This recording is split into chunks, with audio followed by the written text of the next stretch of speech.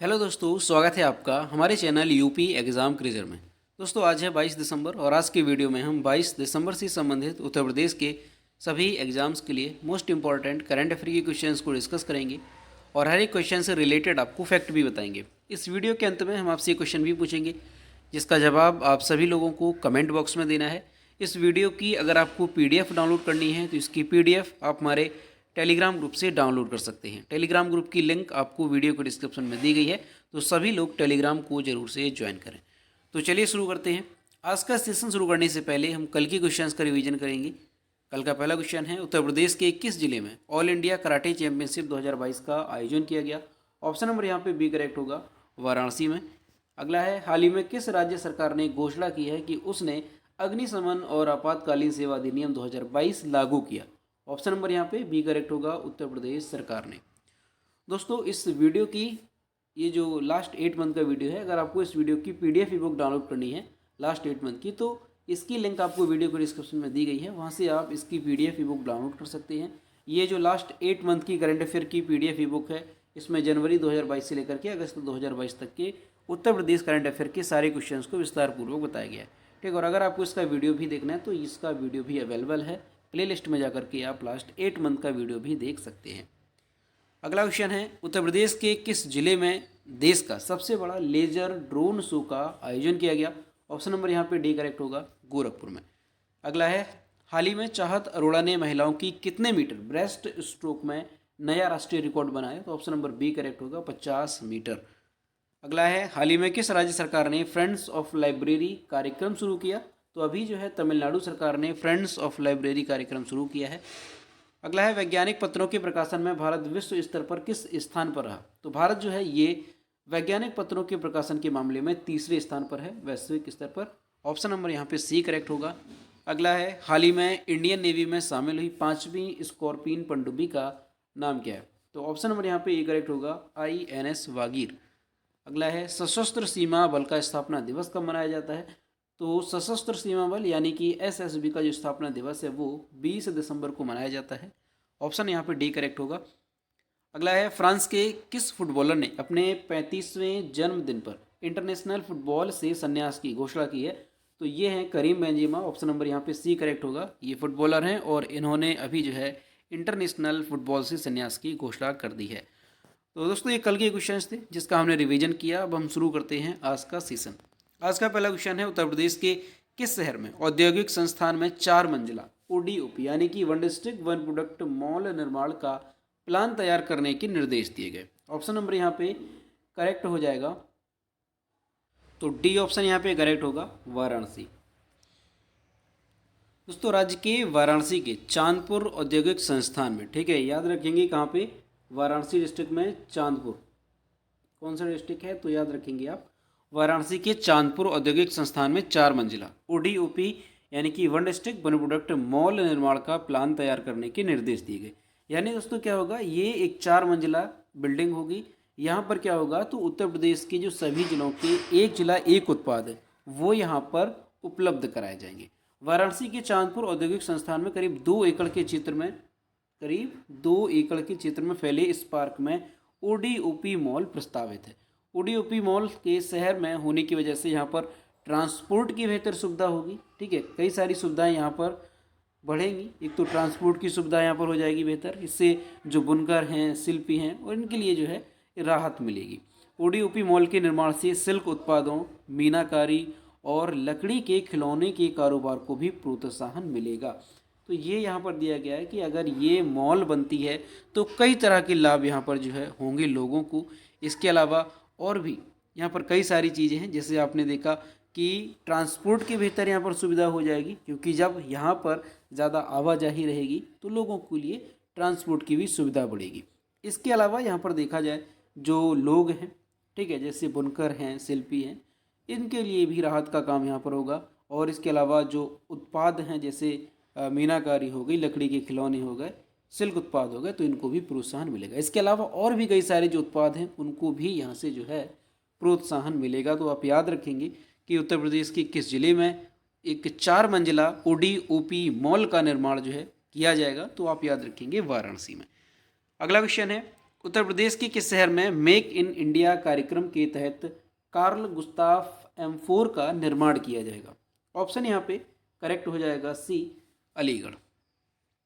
दोस्तों UP defence industrial corridor के Aligarh node में, ठीक है, याद रखेंगे कहाँ पे, तो अलीगढ़ नोड में मेक इन इंडिया के तहत एयरक्राफ्ट बनाने वाली स्वीडन की कंपनी है, ठीक है, देश का भी नाम याद रखेंगे, स्वीडन है, और कंपनी कौन सी है, तो साबा, साबा इस कंपनी का नाम है।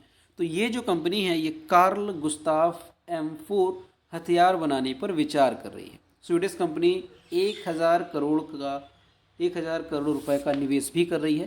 दोस्तों प्रदेश के जो अपर मुख्य सचिव हैं नवनीत सहगल, उनकी अध्यक्षता में एक प्रतिनिधि मंडल ने स्वीडन का दौरा किया था और उन्हें यूपी इन्वेस्टर समिट में आने का निमंत्रण दिया। कार्ल गुस्ताफ क्या है, तो अभी इसके बारे में आपको बताएंगे। तो जो कार्ल गुस्ताफ M4 ये क्या है, ये एक आधुनिक हथियार प्रणाली है जिससे भारतीय सेना में शामिल होने से ताकत कई गुना बढ़ जाएगी। तो सबसे पहले तो यहाँ पर आपको क्या याद रखना है कि यूपी डिफेंस इंडस्ट्रियल कॉरिडोर के अलीगढ़ नोड में एक मेक इन इंडिया के तहत एयरक्राफ्ट बनाने वाली जो स्वीडन की कंपनी है साबा, ये कार्ल गुस्ताफ M4 हथियार बनाएगी, ठीक है। देश का नाम याद रखेंगे, पूछा जा सकता है कौन सा देश, तो याद रखेंगे स्वीडन। कंपनी कौन सी है, साबा, और ये कौन सा हथियार बनाएगी, तो कार्ल गुस्ताफ M4। अब यहाँ पर आपको हम इमेज दिखाएंगे। ये जो आप यहाँ पर इमेज देख रहे हैं ये क्या है, ये हथियार है कार्ल गुस्ताफ M4। यहाँ पर आप देख सकते हैं कोई सैनिक है जो कि अपने कंधे पे रख के इसको चला रहा है। दोस्तों आपने मूवी देखी होगी, कौन सी मूवी, तो ऐसी मूवी जिसमें सैनिक होते हैं, जिसमें युद्ध वगैरह दिखाया जाए, ठीक है। गदर मूवी में आपने देखा होगा जो सनी देओल हैं उन्होंने इसका यूज़ किया। तो दोस्तों क्या है, ये एक ऐसा वेपन है जिसको कंधे पे रख करके चलाया जाता है और ये काफ़ी घातक होता है, ठीक है।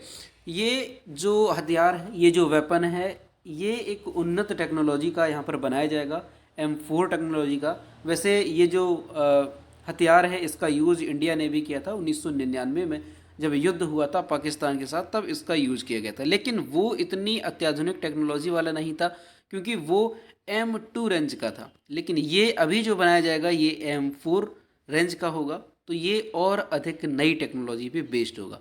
तो आप याद रखेंगे कार्ल गुस्ताफ M4 हथियार जो है बनाया जाएगा यूपी के अलीगढ़ में, और कौन सी कंपनी बनाएगी, तो स्वीडन की है साबा कंपनी, ठीक है। वैसे अगर हम बात करें कि ये जो हथियार ये कितना घातक होता है, तो दोस्तों ये हथियार जो है ये काफ़ी घातक होता है, ठीक है। इसकी रेंज की अगर हम बात करें तो 1500 मीटर इसकी रेंज होती है। 1500 मीटर तक आप जो है इसमें निशाना किसी भी टारगेट को हिट कर सकती है। ये एक चीज़ है यहाँ पे, और काफ़ी घातक होता है। तो आप याद रखेंगे यहाँ से स्वीडन की कंपनी है साबा जो कि अलीगढ़ नोड में इसका निर्माण करेगी। अगला क्वेश्चन है, राज्य में कौन सा देश मल्टी स्पोर्ट सेंटर बनाएगा? तो ऑप्शन नंबर यहाँ पे करेक्ट हो जाएगा, ऑप्शन नंबर यहाँ पे सी करेक्ट हो जाएगा, नीदरलैंड, ठीक है। नीदरलैंड की कंपनी है जो कि मल्टी स्पोर्ट सेंटर बनाएगी। दोस्तों यूपी के जो डिप्टी CM है केशव प्रसाद मौर्य, तो इन्होंने अभी जो है नीदरलैंड के भारत के साथ रिश्तों को और अधिक मजबूत करने को लेकर के बल दिया है। इनके साथ जो उच्च शिक्षा और IT मंत्री हैं योगेंद्र उपाध्याय, उन्होंने भी नीदरलैंड के साथ द्विपक्षीय वार्ता की है। इस बीच मल्टी स्पोर्ट सेंटर स्थापित करने के लिए स्पोर्ट नेटवर्किंग के साथ 600 करोड़ के MOU साइन किए गए हैं। डिप्टी सीएम ने यूपी के कृषि, खाद्य प्रसंस्करण और डेयरी के साथ अन्य क्षेत्रों में निवेश की संभावनाओं के बारे में जानकारी दी है।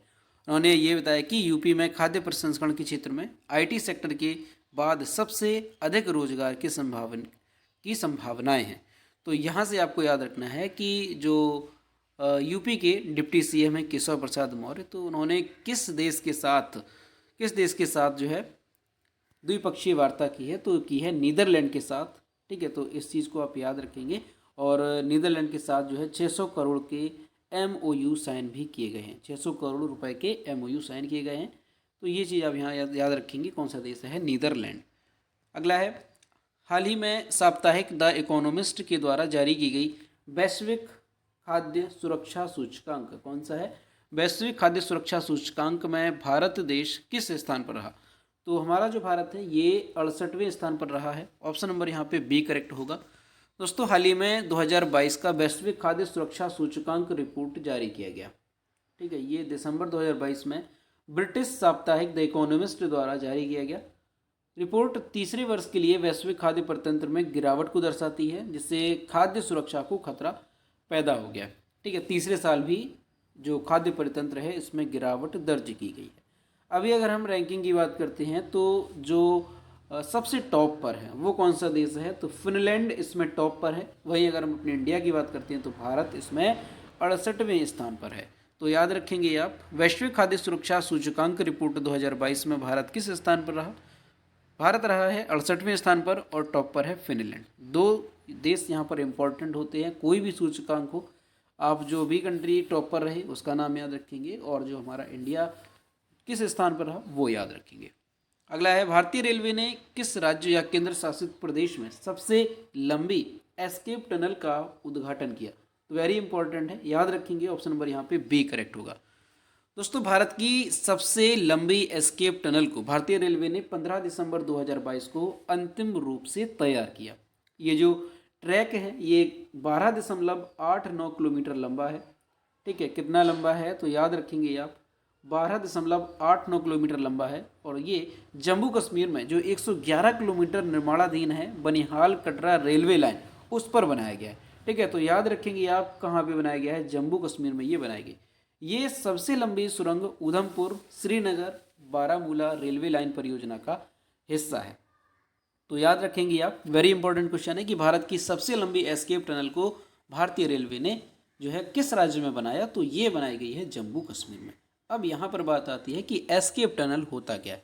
तो दोस्तों एस्केप टनल क्या है, तो आप एस्केप का अर्थ क्या होता है, एस्केप का अर्थ होता है बच निकलना। ठीक है, ये जो टनल होती है एस्केप टनल, ये इसीलिए बनाई जाती है कि आपातकालीन में इसका यूज किया सके। हालांकि वैसे भी इसका यूज किया जाता है साधारण तौर पर, लेकिन अगर देखा जाए प्राचीन काल से ही तो जो राजा महाराजा होते हैं उनके महल में एक टनल होती है, उसको क्या कहते हैं, एस्केप टनल कहते हैं। और उसका यूज किस लिए किया जाता है, तो आपात के समय जब भी कोई समस्या होती है या कोई युद्ध वगैरह होता है तो उस दौरान जो लोग हैं वो वहाँ से निकल के बच सकते हैं। तो इसी तरह से ये जो एस्केप टनल है ये बनाई गई है इंडिया में। और इसका जो असली अगर हम देखें कि मेन जो मकसद है वो क्या है, तो वो यही है कि आपातकालीन परिस्थितियों में बचाव और राहत कार्यों के लिए इसका निर्माण किया जाता है। ठीक है, ये चीज़ याद रखेंगे आप। तो अभी जो है इंडिया की जो सबसे लंबी एस्केप टनल है वो कहाँ पे बनी है, तो ये आपको याद रखना है, जम्मू कश्मीर में ये बनाई गई है। 12.89 किलोमीटर ये लंबी है। अगला क्वेश्चन है, नेक द्वारा ए ग्रेड प्राप्त करने वाला भारत का एकमात्र विश्वविद्यालय कौन सा है? ऑप्शन नंबर यहाँ पे बी करेक्ट होगा, गुरु नानक देव विश्वविद्यालय। दोस्तों गुरु नानक देव विश्वविद्यालय जो है ये अमृतसर में है और राष्ट्रीय मूल्यांकन और प्रत्यानयन परिषद यानी कि नेक NAAC ग्रेडिंग में 3.85 अंक के साथ ए ग्रेड इसने प्राप्त किया है और ए ग्रेड प्राप्त करने वाला ये भारत का पहला विश्वविद्यालय बन गया है। तो इस वजह से इंपॉर्टेंट है, याद रखेंगे आप। ठीक है, कैसे पूछा जाएगा कि नेक द्वारा ग्रेडिंग में ए ग्रेड प्राप्त करने वाला भारत का पहला विश्वविद्यालय कौन सा बन गया, तो ये बन गया गुरु नानक देव विश्वविद्यालय।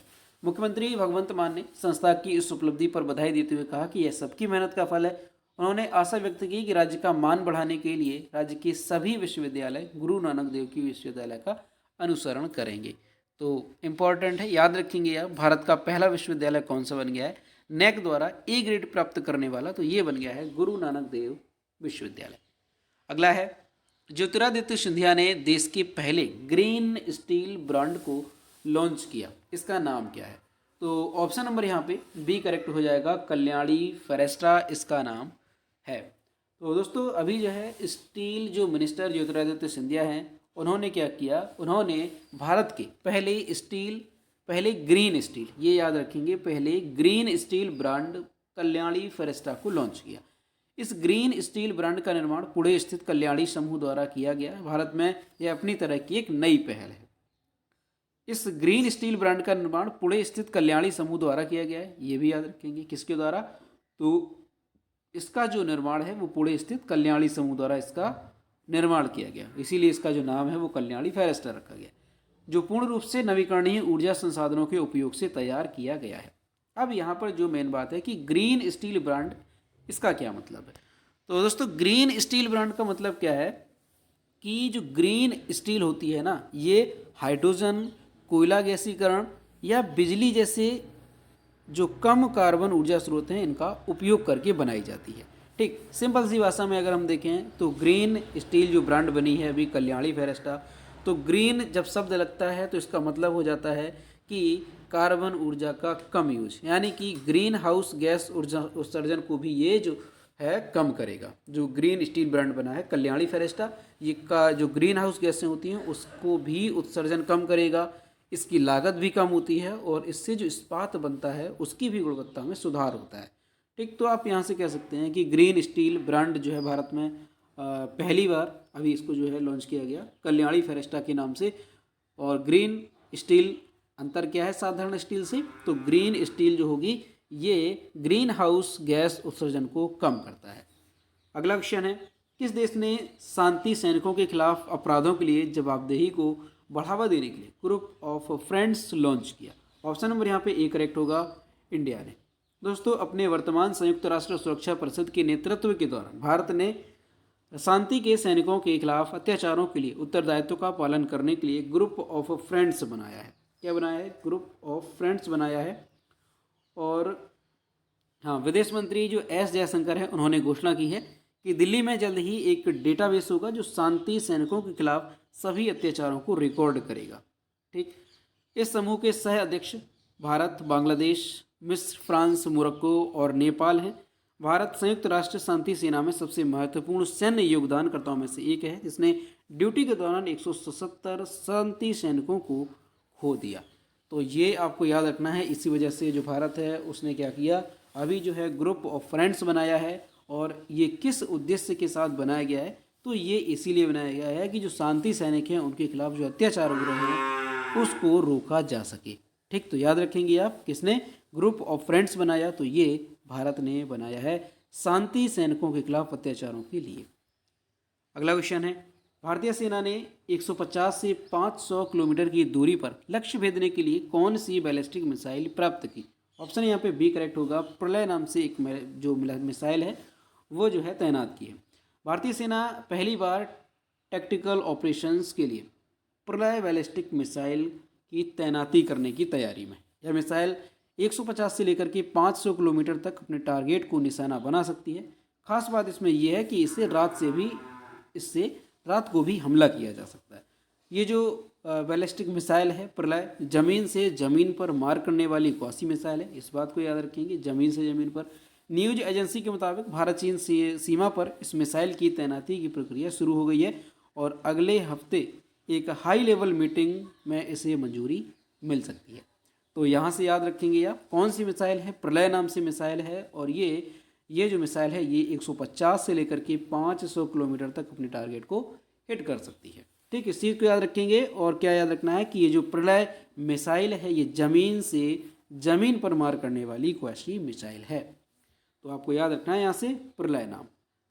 अगला है, निम्न में से किस अभिनेत्री को हाल ही में पेटा इंडिया के 2022 पर्सन ऑफ द ईयर के खिताब से सम्मानित किया गया? ऑप्शन यहाँ पे डी करेक्ट होगा, सोनाक्षी सिन्हा को। दोस्तों, जो बॉलीवुड अभिनेत्री हैं सोनाक्षी सिन्हा, इन्हें जो है हाल ही में फैशन इंडस्ट्री में सिर्फ जानवरों की खालों के लिए मारे गए जानवरों को बचाने की मदद करने और कुत्ता बिल्लियों की ज़रूरत एवं देखभाल के लिए लोगों में जागरूकता लाने के लिए पेटा इंडिया के 2022 पर्सन ऑफ द ईयर के खिताब से सम्मानित किया गया है।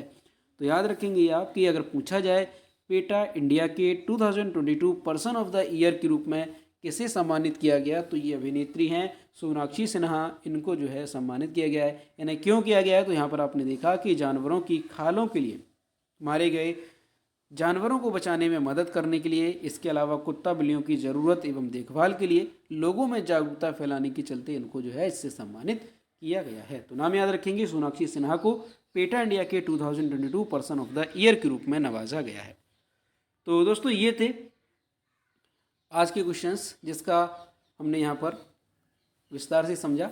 अब हम देखते हैं कल का क्वेश्चन। तो ये है कल का क्वेश्चन। तो ये क्वेश्चन हमने आपसे पूछा था, हाल ही में किसने मिसेज वर्ल्ड 2022 का खिताब जीता, और इसका जो करेक्ट आंसर था वो ऑप्शन नंबर डी था, सरगम कौसर। लगभग सभी स्टूडेंट्स ने इसके सही जवाब किए। मैं आपसे रोज़ कहता हूँ कि जो भी क्वेश्चन आपसे पूछा जाए उसका आंसर आप सभी लोगों को करना है।